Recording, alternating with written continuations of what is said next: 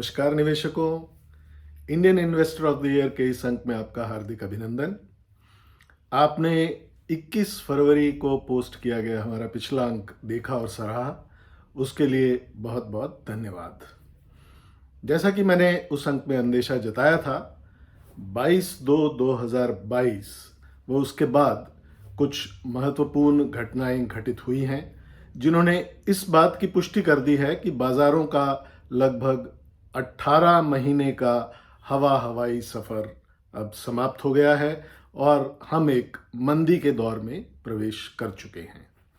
तो आइए आसान भाषा में इसे समझने का प्रयास करते हैं।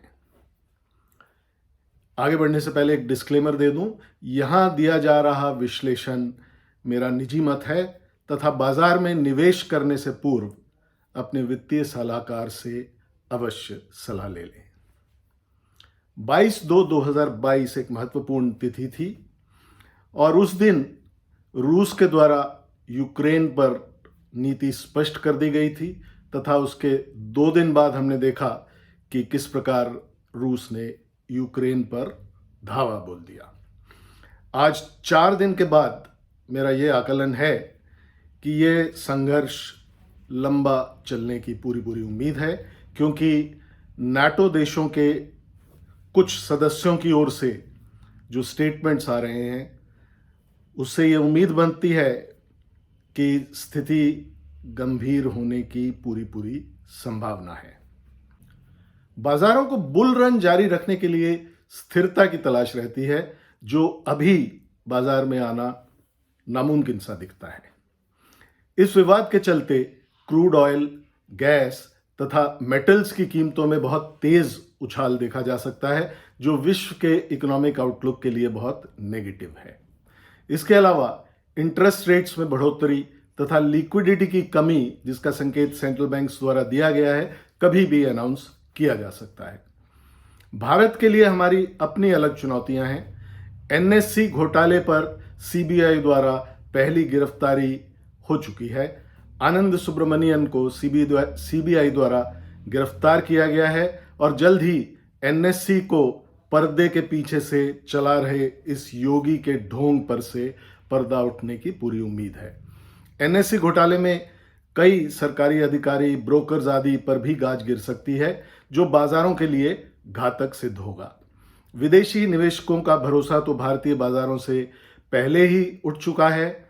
एनएससी घोटाले के बाद भारतीय निवेशक भी अपने हाथ पीछे खींच सकते हैं। पिछले 18 महीने से कोविड-19 की आड़ में विभिन्न सरकारों द्वारा मनमाने ढंग से आदेश पारित करने पर कोर्ट्स द्वारा सख्त कदम उठाए गए हैं। महाराष्ट्र सरकार से जबरदस्ती वैक्सीनेशन को कानूनी करार दिया जाना तथा बिना वैक्सीन वाले लोगों को लोकल ट्रेन्स में सफर करने से रोकने पर कोर्ट ने कड़ी आपत्ति जताई है। इधर दिल्ली में मास्क के बिना अपनी कार में बैठे लोगों के चालान काटना भी कोर्ट को नागवार गुजरा है और कोर्ट ने आदेश किए हैं कि इन सब के जो जुर्माने हैं उसको वापस किया जाए, इसका प्रावधान बनाया जाए। आने वाले दिनों में सरकार और जनता के बीच टकराव बढ़ने की संभावना बढ़ती दिखती है। इसके साथ ही हमारा जो मिनी इलेक्शन है, उनके रिजल्ट 10 मार्च को आएंगे, तो वो भी बाजार में एक अस्थिरता का वातावरण बना सकते हैं। आगे बढ़ने से पहले एक निवेदन, इस चैनल को सब्सक्राइब नहीं किया है तो बेल आइकॉन को दबा के सब्सक्राइब कर लें तथा इस वीडियो को अपने ग्रुप्स में शेयर करें। तो आइए शुरुआत करते हैं। 22/2/2022 को कुछ महत्वपूर्ण आंकड़ों के आधार पर बियर फेज का बिगुल बज चुका है। आइए नजर डालते हैं इन पर। इंडिया विक्स जो वॉलेटिलिटी इंडेक्स है, उसका स्तर पहली बार मार्च 2020 के बाद 30 के ऊपर गया है। 18 महीने में पहली बार निफ्टी और सेंसेक्स ने 24 फरवरी को अपने 200 डीएमए का स्तर तोड़ा है, जो निफ्टी पर 16,800 के करीब है और लगातार 2 दिन हम इस स्तर के नीचे बंद हुए हैं। एफआईआईज की बिकवाली लगातार बढ़ रही है और पिछले 2 महीने में उन्होंने लगभग 2 लाख करोड़ से ज़्यादा की बिकवाली की है। बाजार में लोअर टॉप्स का सिलसिला लगातार बना हुआ है। हमने जब अक्टूबर 2021 में हाई लगाया था तो बाजार ने 18,600 का स्तर छुआ था। उसके बाद प्री बजट रैली में हम 18,350 तक पहुंचे। पोस्ट बजट जो रैली बजट अनाउंसमेंट के बाद आई, तब हमने एक लोअर हाई बनाया 17,800 का। आज स्थिति यह है कि अब बाजार 16,800 का स्तर तोड़ने के बाद 16,200 से 17,200 के बीच एक लोअर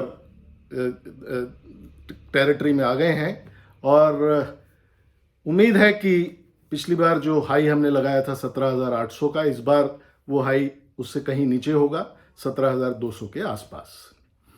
इन सभी आंकड़ों को देखते हुए निवेशकों के लिए सावधान हो जाने का समय आ गया है।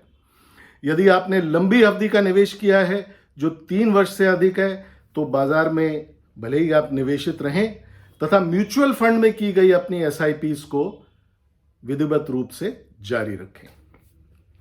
अगर आपका निवेश का नजरिया मध्यम अवधि का है, जिसे आप 3, 6 या 9 महीने का मानते हैं, तो आप कुछ निवेश कम करने के बारे में अवश्य सोच सकते हैं।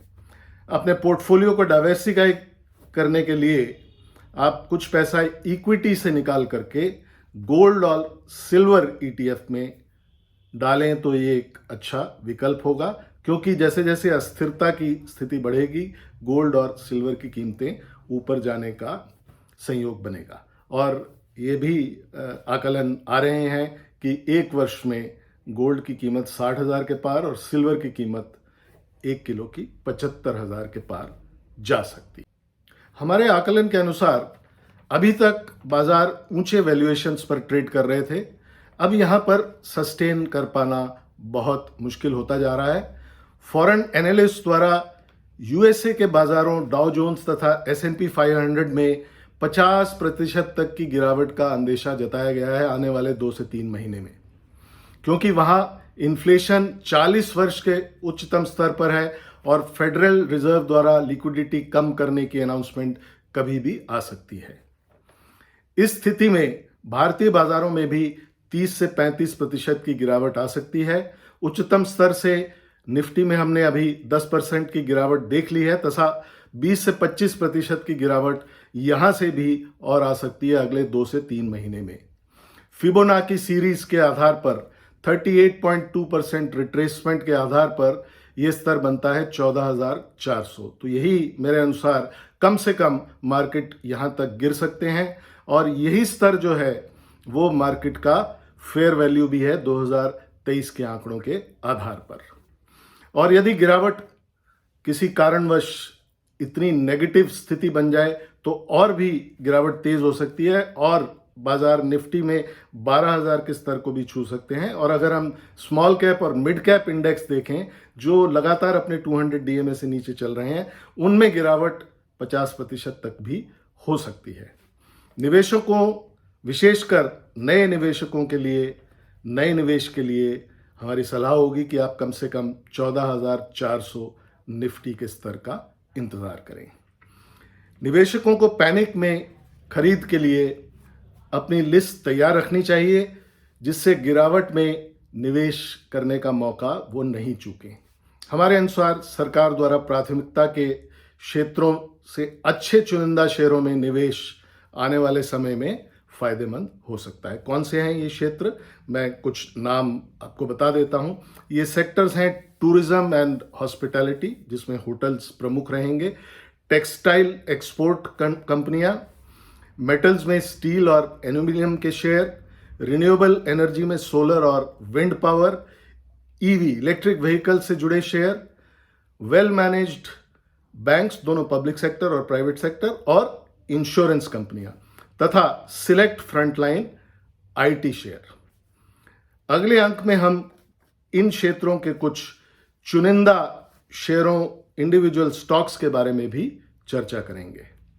आज के लिए इतना ही, अगले अंक में शीघ्र मिलेंगे।